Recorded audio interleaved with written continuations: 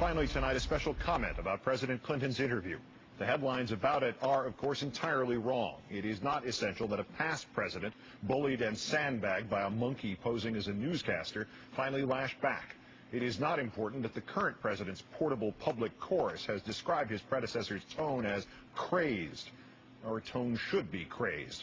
The nation's freedoms are under assault by an administration whose policies can do us as much damage as Al-Qaeda. The nation's marketplace of ideas is being poisoned by a propaganda company so blatant that Tokyo Rose would have quit. Nonetheless, the headline is this. Bill Clinton did what almost none of us have done in 5 years. He has spoken the truth about 9/11 and the current presidential administration. At least I tried, he said, of his own efforts to capture or kill Osama bin Laden. That's the difference in me and some, including all of the right-wingers who are attacking me now. They had 8 months to try. They did not try. I tried. Thus, in his supposed emeritus years, has Mr. Clinton taken forceful and triumphant action for honesty and for us. Action as vital and as courageous as any of his presidency. Action as startling and as liberating as any by anyone in these last 5 long years.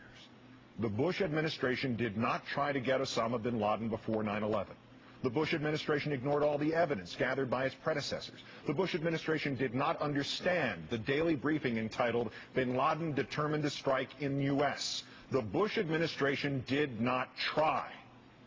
Moreover, for the last 5 years, 1 month, and 2 weeks, the current administration, and in particular the president, has been given the greatest pass for incompetence and malfeasance in American history. President Roosevelt was rightly blamed for ignoring the warning signs, some of them 17 years old, before Pearl Harbor. President Hoover was correctly blamed for, if not the Great Depression itself, then the disastrous economic steps he took in the immediate aftermath of the stock market crash. Even President Lincoln assumed some measure of responsibility for the Civil War, though talk of Southern secession had begun as early as 1832. But not this president.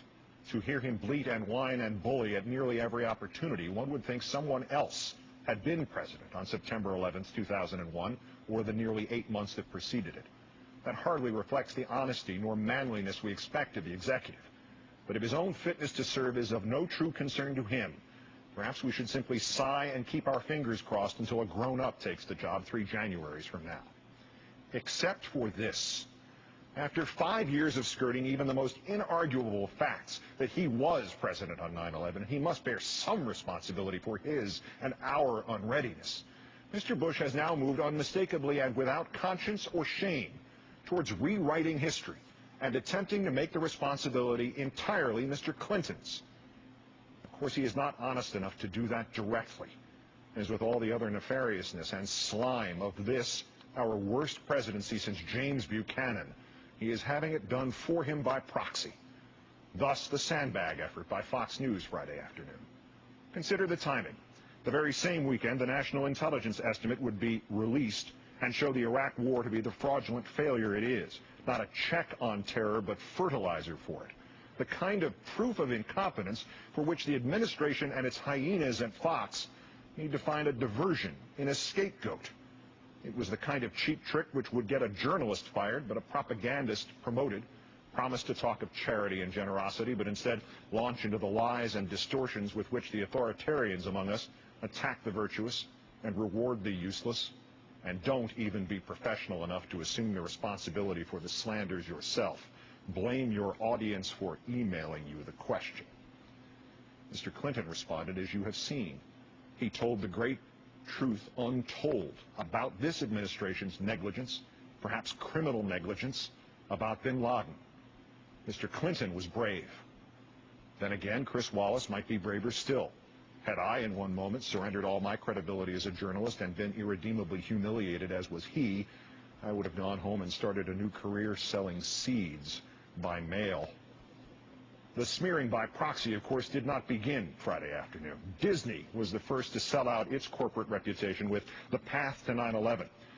Of that company's crimes against truth, one needs to say little. Simply put, someone there enabled an authoritarian zealot to belch out Mr. Bush's new and improved history.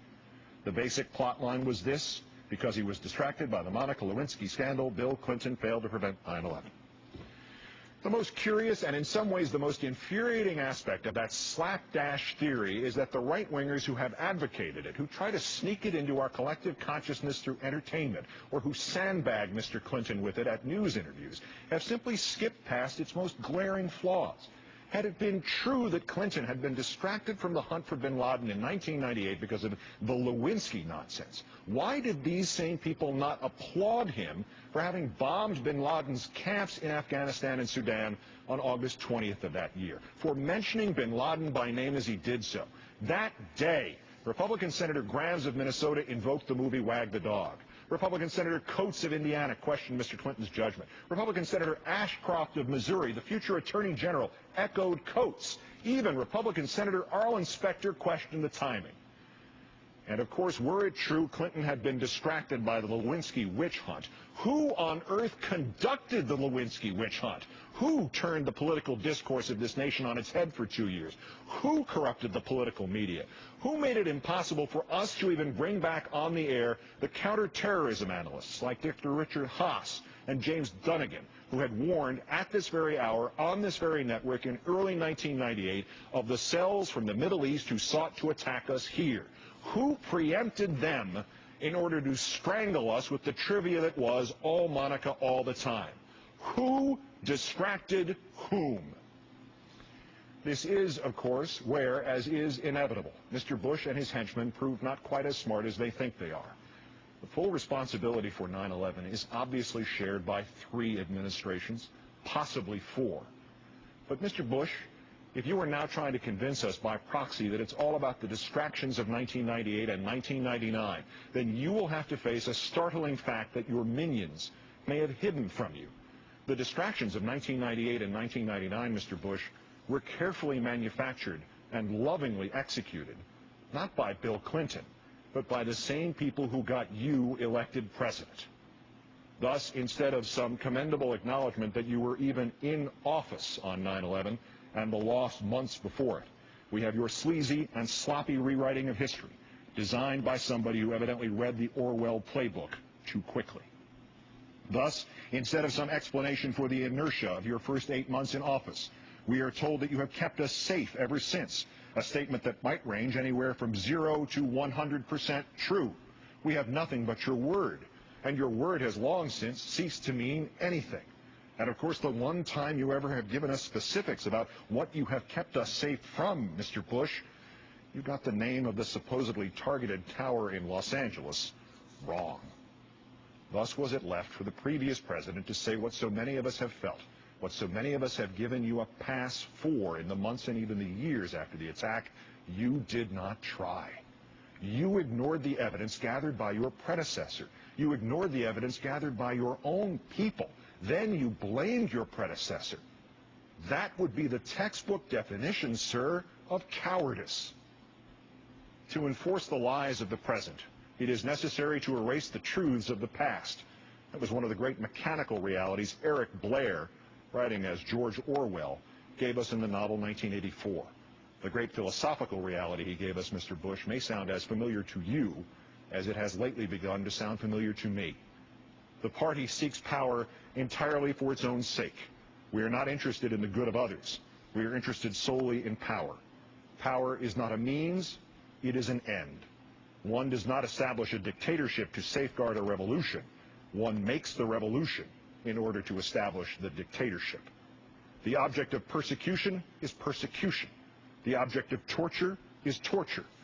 The object of power is power. Earlier last Friday afternoon, before the Fox ambush, speaking in the far different context of the closing session of his remarkable global initiative, Mr. Clinton quoted Abraham Lincoln's State of the Union address from 1862. We must disenthrall ourselves. Mr. Clinton did not quote the rest of Mr. Lincoln's sentence. He might well have. We must disenthrall ourselves, and then we shall save our country. And so has Mr. Clinton helped us to disenthrall ourselves and perhaps enabled us, even at this late and bleak date, to save our country. The free pass has been withdrawn, Mr. Bush. You did not act to prevent 9/11. We do not know what you have done to prevent another 9/11. You have failed us. then leverage that failure to justify a purposeless war in Iraq, which will have all too soon claimed more American lives than did 9/11. You have failed us anew in Afghanistan, and you have now tried to hide your failures by blaming your predecessor. And now you exploit your failure to rationalize brazen torture, which doesn't work anyway, which only condemns our soldiers to waterboarding, which only humiliates our country further in the world, and which no true American would ever condone, let alone advocate. And there it is, sir. Are yours the actions of a true American? I'm Keith Olbermann. Good night and good luck.